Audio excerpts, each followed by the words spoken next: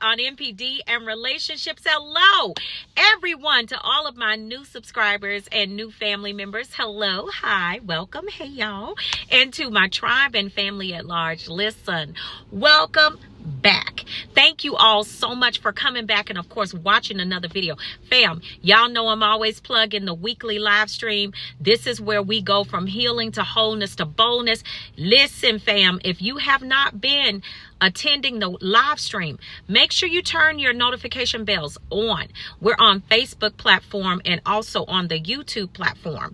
We are live on both of those particular channels. Okay, so I want y'all to please put your notification bells on so you know when we go live. It's this season we're on Friday nights, okay? So usually around the 6:30 hour, 6:30 p.m. Pacific Standard Time. I'd love to see you there. Make sure you come and join us, okay? Y'all know every time I'm dropping a video, I'm always asking y'all to help a sister out with the like button. It don't cost you a thing. Somebody hit it for you, hit it for someone else, okay? Y'all please help me out, okay? Thank you so much. Y'all hit that like button, hit that like button, and y'all know I'm always gotta be plugging that book, Seduced by Satan. It's pinned in the description below. Yes, it is, y'all. It's pinned in the description below because this is your read. This is your next read right here. You got to really you got to go ahead and pick up this book, y'all. Listen, if you ready to read about excuse me, a malignant, okay, somatic slash he was covert slash cerebral narcissist, watch how he run his game. Oh baby, let me tell you. And you know I'm going in on these birds every chapter. I'm going in on him.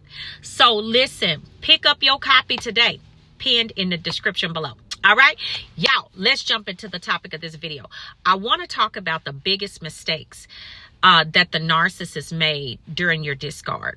Okay, now I want y'all to understand something about what I'm about to tell you. Now, narcissists do certain things because they always have an MO.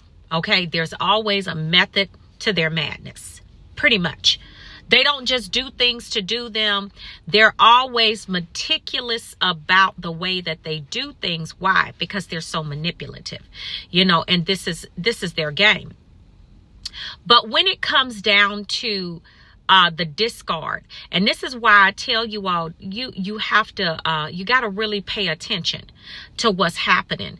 But during that whole devaluation stage and everything going on, and everything, as I said, going on, what you noticed is you notice a stark difference in the narcissist, right?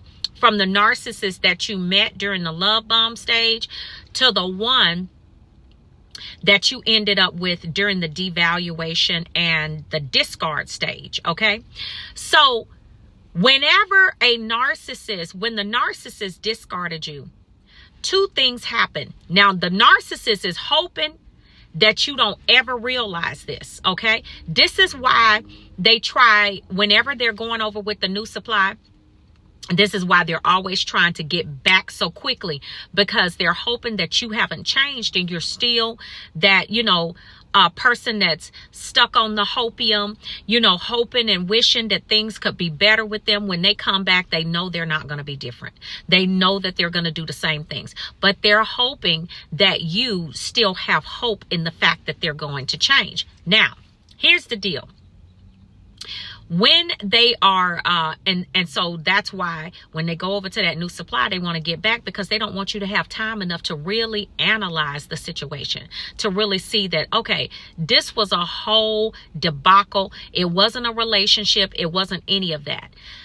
Okay, so now after they get over there, they get through the love bomb stage or whatever, they're calling, they're hoovering you back. They know that they made two major mistakes in this situation. They're hoping that you don't see it. They're hoping that you never, ever figure this out. Okay, ever. Now, one of the biggest mistakes is when they left you, and this is why they want to keep in contact and stay friends with you, so to speak. How you going to be friends with a viper? Okay, is they want you to think that they are normal people, that it was just a bad situation, wrong timing, you know, whatever, it just didn't work, right? That's what they want you to think. But the truth of the matter is this, is that not only was it a bad situation, or it, you know, they just didn't, it just didn't work, but these people were mentally ill. You know, they something was wrong with them. And so they don't want you to think that. So what they do is they want you to think of them always as the person that you met, okay, in the beginning. During the discard, they know that they turned into a whole different person during the devaluation stage. They knew that the person that you met was not who they were at all. Okay. But the biggest mistake in the discard is this. They're never able to come out of the situation the way they came in. They can't do it. They can't do it, y'all. And thankfully they can't. They don't have that ability, because guess what? If they were able to leave, you know, on a positive note, or leave the way that normal people can leave a relationship, like, I'm not mad at you, I'm not angry, I'm not this, I'm not that, it just didn't work out. A narcissist can't leave you like that, boo. These birds, they gonna have to, like they say, they gonna have to torch the bridge. They gonna have to burn bridges. Okay, this is what they do when they leave. But the mistake is that they don't possess, and this is how the mistake comes into play. They don't have the ability to leave a situation like that, so they show you who they really are at the end. So this is why I tell y'all, don't remember the narcissist that you met. Remember the one that you left, because the one that you left is who they really are. So, and they'll come back, and how you know it was a mistake, they'll tell you straight up, I know it was wrong for me to say the things that I said, when they're trying to hoover you back. I know it was wrong for me to say the things that I said and to treat you the way that I did. You know, I know that was wrong. I've had some time to think about it, and it was a huge mistake, and I apologize for that. They tell you. They straight up tell you, because they don't want you to remember that person. They want you to remember the person that you met. Okay? Remember that.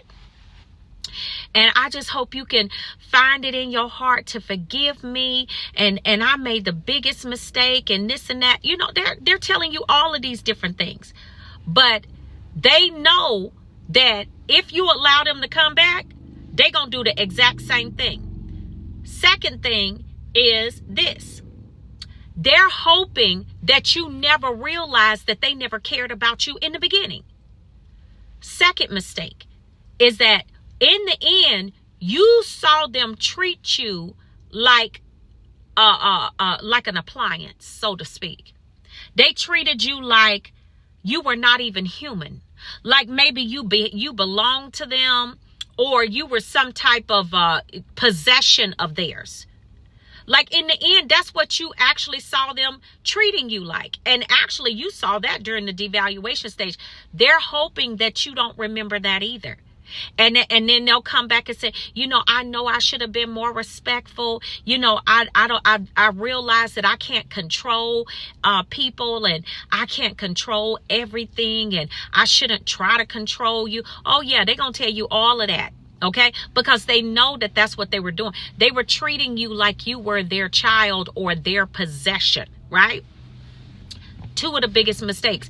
And the reason that these are the biggest mistakes is because they know that if you truly pay attention to what happened and how they treated you, and you focus on the narcissist that you left as opposed to the narcissist that you started out with, if you start to focus on the way that they treated you right there at the end, and how it felt inhumane to be treated like that, baby, they know you done.